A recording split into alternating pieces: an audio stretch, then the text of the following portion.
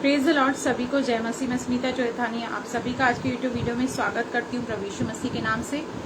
मैं चाहती हूँ इस वीडियो को आप शेयर करें, मेरे चैनल को सब्सक्राइब करें और कमेंट करके अपने रेस्पॉन्स को जरूर मेरे साथ शेयर करें कि जो टॉपिक मैं इन दिनों में लेके आ रही हूँ आप उससे आशीष पा रहे हैं कि नहीं, आपको अच्छा लग रहा है कि नहीं। प्लीज अपना फीडबैक मुझे जरूर बताएं। आज 5 तरीके आपको बताऊंगी जिससे आप ये जान सकते हैं कि परमेश्वर ने आपकी जीभ को भी ब्लेस किया है, अनॉइंट किया है, आशीषित किया है। 5 ऐसे तरीके हैं जिससे हम जान सकते हैं। जी हाँ, जीभ को, जिसे कोई भी वश में नहीं रख सकता। ये एक ऐसी बला है जो पूरे वन में आग लगा देती है। परमेश्वर ऐसी भी चीजों को टेम कर सकता है, कंट्रोल कर सकता है और उसको रिवर्स वे में यानी कि पॉजिटिव वे में इस्तेमाल कर सकता है। तो नंबर 1, अगर आप परमेश्वर के द्वारा आपके जो बोल हैं, आपके वर्ड्स हैं, आपकी जीभ है, अगर अनॉइंटेड है, ब्लेस्ड है, तो क्या होगा कि जैसे ही आप बोलेंगे वैसा ही होगा। हम पुराने नियम में भी देखते हैं कि एलिया, प्रभु का दास एलिया देखिए, एलीशा देखिए, शैमुएल देखिए, वो जो जो बोलते थे वर्ड बाय वर्ड वैसा ही होता था। हम यहोशू के विषय में देखते हैं कि उसने सूरज को रुका दिया था, चांद को रुका दिया था।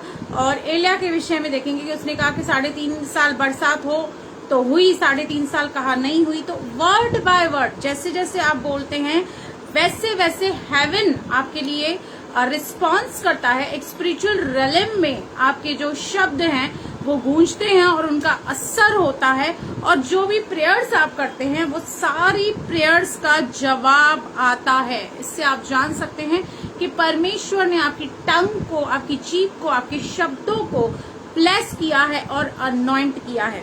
दूसरा तरीका है कि शब्दों में दैविक सामर्थ्य, एक डिवाइन पावर आपके शब्दों में आ जाता है। उसका मतलब डोमिनेशन या किसी को कंट्रोल करने से नहीं है या जोर से बात करने से नहीं, लेकिन आपके शब्द जो हैं वो लोग सुनते हैं, उसको वैल्यू करते हैं, उसको रिस्पेक्ट देते हैं, उसको रिस्पॉन्ड करते हैं। क्योंकि कई लोग ऐसे हैं कि जिनसे हम सुनना पसंद नहीं करते हैं, जिनसे दूर भागते हैं कि अरे बाप रे ये शुरू होगा तो खत्म ही नहीं होगा। बट जब आपकी टंग अनॉइंटेड होती है तब लोग आपकी बात को सुनते हैं। Your words carry weight. तो हम इस चीज से भी जान सकते हैं कि हमारी जो टंग है वह परमेश्वर के तरफा अनॉइंटेड है या आशीषित है। Third, speaking wisdom and grace. अगर आपकी जो जीभ है परमेश्वर के द्वारा ब्लेस्ड होगी तो उसमें से केवल और केवल बुद्धि की बातें निकलेगी। कभी मूर्खता की बातें, कभी ऐसी बातें नहीं जो दूसरों को डिस्करेज करे या ऐसी बातें जो दूसरों को नीचे गिराए। ऐसा कभी नहीं होगा आपके साथ। आपके मुख से सिर्फ पॉजिटिव पॉजिटिव और पॉजिटिव ही बातें निकलेंगी। और वचन कहता है कि जो तुम्हारी बातें हो, जो तुम्हारा वचन हो वो सलोना हो, जेंटल हो, सॉफ्ट हो और उसके द्वारा सुनने वालों पर अनुग्रह आए। और नीति वचन 15:2 भी कहता है कि बुद्धिमान ज्ञान का ठीक बखान करता है परंतु मूर्खों के मुंह से मूर्खता उबल आती है। तो अगर ये परमेश्वर की ओर से निर्धारित है कि हमें परमेश्वर ने एक अच्छा ओरेटर, एक स्पीकर बनाया है, तो हमारे मुंह से कभी भी छल कपट, व्यर्थ बातें, गालियां नहीं निकलेंगी, लेकिन वर्ड ऑफ विजडम, परमेश्वर की तरफ से बुद्धि की बातें, ज्ञान की बातें हमारे मुख से निकलेंगी। ठीक है। चौथी बात, आपके शब्दों में विश्वास भरा होगा।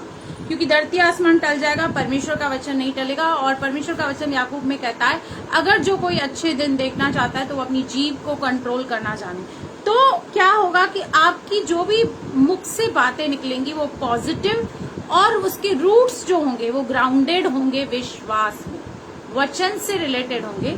और हम देखते हैं कि अगर हम वचन के द्वारा कुछ भी कन्फेस करते हैं या मांगते हैं तो परमेश्वर हमारी सुनता है।